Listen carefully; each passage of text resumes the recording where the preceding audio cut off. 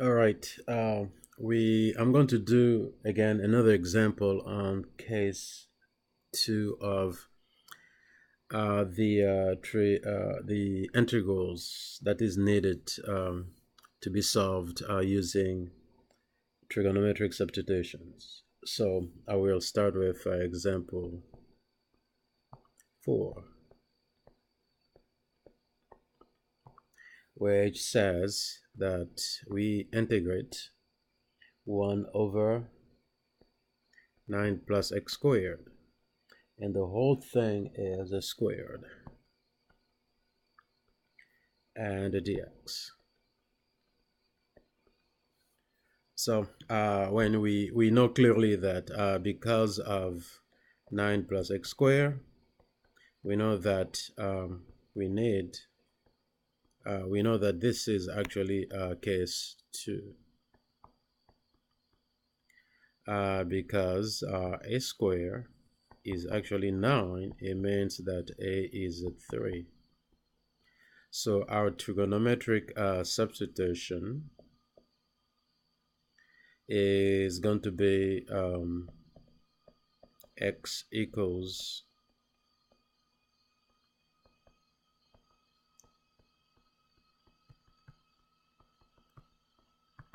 it's going to be x equals 3 times tangent theta. So now anytime we get x, we know we should find a dx. So dx give us 3 secant square theta d theta. And with respect to the right triangle, we can build a right triangle using the trigonometric identity, which is by dividing it by 3, we get tangent theta equals x over 3. So then we know tangent is opposite divided by the adjacent side. Tangent of theta. So we know opposite is x, adjacent is at 3. So by the Pythagorean theorem, we know the hypotenuse is going to be x squared plus 9, and then you take the square root of that. So now we got pretty much everything. So we go to the x integral, and now we're going to do the substitution. So that is the original integral. So we're going to have 1 over 9 plus, now x is at 3 tangent theta. So we're going to square this whole thing. And then dx is 3 secant square theta, d theta. Okay, so we get this. And then we proceed. Now, we have the integral of 1 over 9 plus 9 times tangent square theta squared. And then 3 times 3 secant square theta d theta. So in here, we look at the denominator. We can actually factor out 9 to get 1 plus tangent square theta, and the whole thing is squared.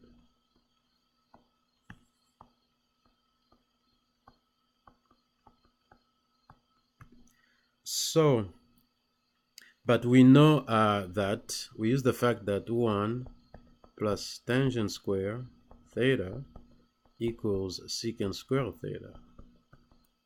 So we can replace this by a secant square theta. So therefore, we're getting 1 over 9 times secant square theta, the whole thing is squared.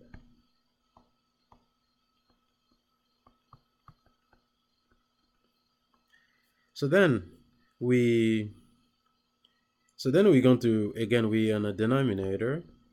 So what I'm going to do is I'm going to square 9, just distribution of the square. So you square 9, but then you write secant square as secant square squared as a secant square times a secant square theta.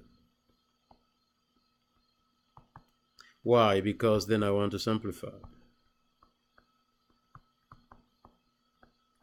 So in here, I can simplify.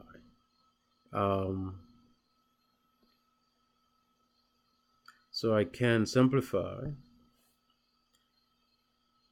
secant square with secant square, and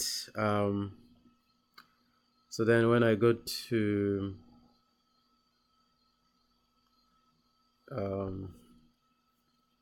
constants, I can pull outside of the integral 3 over 9 times 9. So 9 square is 9 times 9.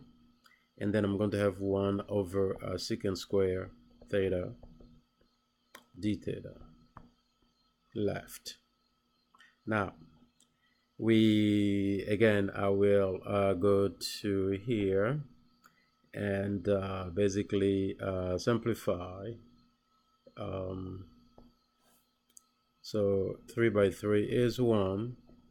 9 by 3 divided by 3 is 3. So I will end up with this new constant. So 3 times 9 is 27. And then I'm going to use the fact that 1 over secant theta is basically cosine theta. So hence I am then integrating cosine square theta d theta. And so here again, to integrate it, since cosine has a degree 2, we can't just integrate that. So we need to use the double angle formula, which says cosine square theta equals 1 plus cosine of 2 theta all divided by 2. So that's a double angle formula. So I will then integrate 1 plus cosine of 2 theta all divided by 2 and then d theta. 2 is a constant, so I can bring 2 outside, which makes this, 1/2 outside, which makes 1 over 7 times 1 over 2. And now I will integrate 1 plus cosine at 2 theta. So I get 1 over 54. So now when I integrate 1, I get theta. When I integrate cosine 2 theta, I will get sine 2 theta divided by 2, and then plus c. So here we're going to work on this. So to simplify this, I will use a double angle formula that says sine of 2 theta is a 2 sine theta times cosine theta. So I can replace sine 2 theta by 2 sine theta cosine theta all divided by 2. Let's see. So hence, so now I can see that I can actually simplify the 2's and be able to collect what I have. So you get 1 over 54 times sine theta and then times cosine theta plus c.